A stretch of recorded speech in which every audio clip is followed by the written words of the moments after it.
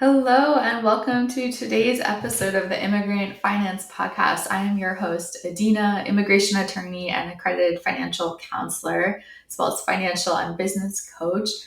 I want to talk to you all today about the recession. A lot of people are saying that we're currently in a recession, and there's a lot of debate about that. Whether we are or not, I can't say for sure. I'm not the one to make that call. The government certainly seems to be avoiding making that call, but a lot of financial experts out there are declaring that we are already in a recession. We have seen some signs of that. As you all experienced, the gas prices were extremely high recently. They've, in my area at least, they've started to go down a little bit, still pretty high. And there have been some other signs too in the economy, with inflation in particular being extremely high and rising as things get more expensive. So what does this mean? And for you all listening, what I really want to talk about today is the importance of not retracting during the recession. Retracting is when you shrink and you tighten up and you restrict, right? And fear takes over. And this is what most people do during recessions and hard times and economic downturns. And that's actually what tends to make the recessions worse, because everybody stops spending, right? And the fear really takes over. But I want to talk to you about taking the opposite approach in order to be financially strong during this recession, whether we're in one or not, right? But this applies to life in general. Anytime, however the economy is doing, is I want you to take the approach of expansion. And you're going to be hearing us talking about this a lot more here in immigrant finance going forward, because this message needs to get out to the immigrant community. Not enough people are talking about expansion, especially during a recession and economic downturns. And I'm going to make a case for you why it's important to focus on expansion based on what we have seen of how millionaires have made their millions in the United States, traditionally often through economic downturns. So we're going to talk about some people who made their fortunes during the Great Depression that happened in the early 1900s in the United States. And we're going to talk about why you should use those examples to motivate you so that you can choose to expand instead of retract. And in general, when difficult times happen, that is our nature. We've been programmed that way. It's not our faults, right? We've been programmed that way by society, culture, how what we saw growing up as children, that when things get hard or when things start to retract, that we have to retract too.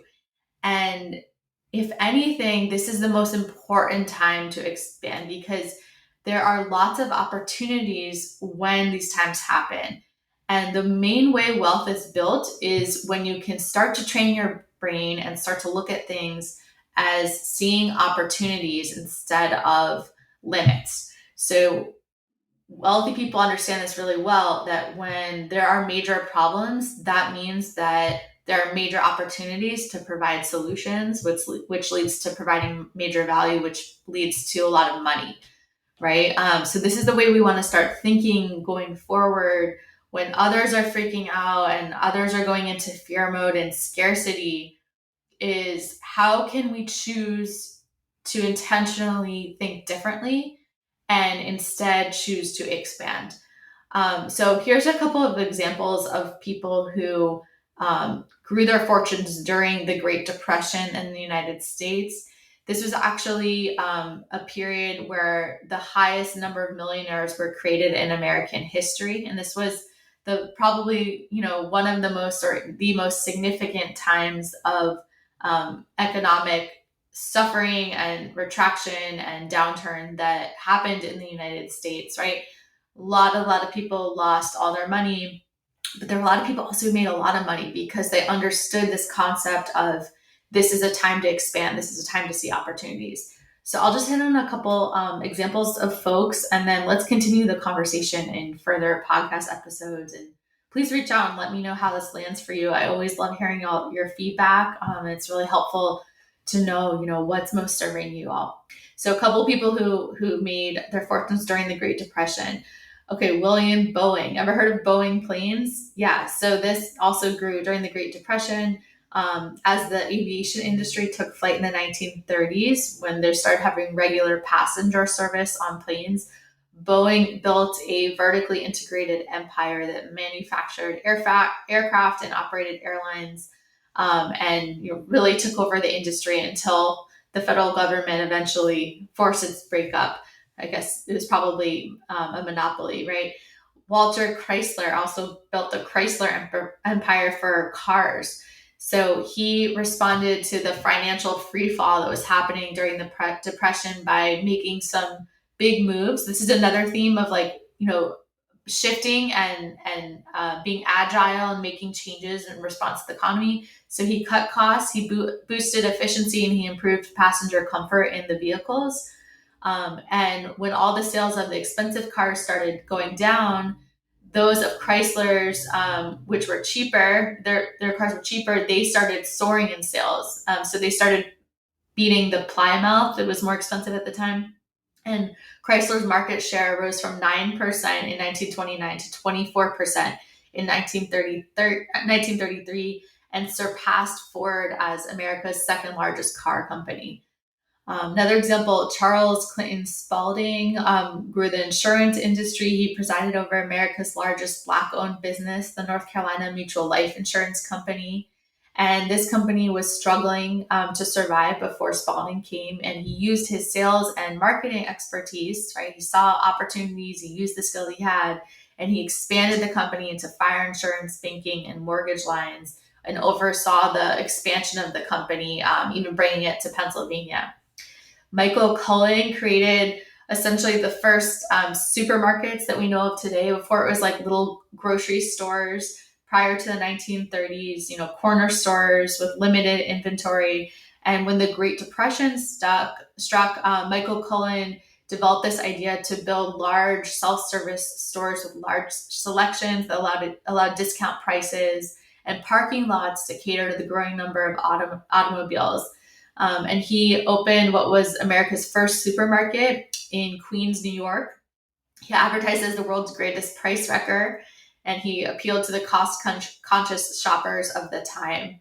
And he was able to grow, what became King Cullen into 15 locations with a loyal customer base. Publix also started. Those of you in Florida, who love your Publix, it started during the Great Depression. If you know the Kennedy family, the Kennedy president. So the Joseph Kennedy Sr. made millions during the Great Depression through the unregulated stock market he benefited from. But also, he invested that money into becoming a movie mogul. He bought a failing Hollywood studio and was able to earn $5 million in the film industry from that. And he, sold a lot of stocks before the crash happened, was able to make a lot of money that way. He also became the sole importer in the U.S. for Scotch whiskey and gin produced by British distillers such as Dewar's and Gordon's. So this allowed his family to grow significant wealth. They went from $4 million in 1929 to $180 million in 1935. Charles Darrow created the Monopoly board game during the Great Depression, so became a millionaire game maker. Getty created the oil empire during this time by taking advantage of massively depressed oil stocks, right? He was able to rival the Rockefellers even by doing this and acquire undervalued oil stocks and real estate. Another theme of, taking advantage of opportunities, seeing a problem as an opportunity. The oil economy was down. He took advantage of that and bought the undervalued, prices and was able to make significant wealth that way. And then lastly, fun fact, Kentucky Fried Chicken was invented also during the Great Depression by Harland David Sanders, who, just made it out of the Shell oil company he was working at. He used a station nearby, and to make ends meet during a difficult time, started selling his special fried chicken, was able to make it a huge national brand. So These are examples to keep in mind during this time of economic downturn, and think about what is possible, and start thinking about what you can do to expand instead of retract. Let me know what you're thinking. Send us a message on Instagram at immigrant.finance. We love hearing from you all, and would love to know what you think of this episode. Thanks, and take care.